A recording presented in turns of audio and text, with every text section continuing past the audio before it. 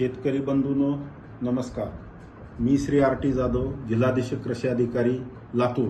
आपणास आवाहन करतो की आपल्या जिल्ह्यामध्ये रासायनिक खताचा सरासरी वापर 96,000 मेट्रिक टन असून प्रत्यक्ष पुरवठा वापरापेक्षा जास्त झालेला असून चालू जून महिन्यामध्ये परत आपल्याला 30,000 मेट्रिक टन खताचा साठा उपलब्ध होणार आहे. आणि आपण रासायनिक खताची मागणी करताना विशिष्ट ग्रेड आणि विशिष्ट कंपनीचा आग्रह न धरता मिश्रण पद्धतीने तयार केलेले खत, उदाहरणार्थ DAP ऐवजी 20-0-13 अधिक एक सिंगल सुपर फॉस्फेटची बॅग अधिक प्रभावी ठरते. कारण याच्यामध्ये आपल्याला गंधक हा घटक अतिरिक्त मिळतो की जो सोयाबीन पिकातील तेल वाढवण्यासाठी उपयुक्त ठरतो आणि त्यामुळे साहजिकच आपली सोयाबीनची उत्पादकता वाढण्यास मदत होते.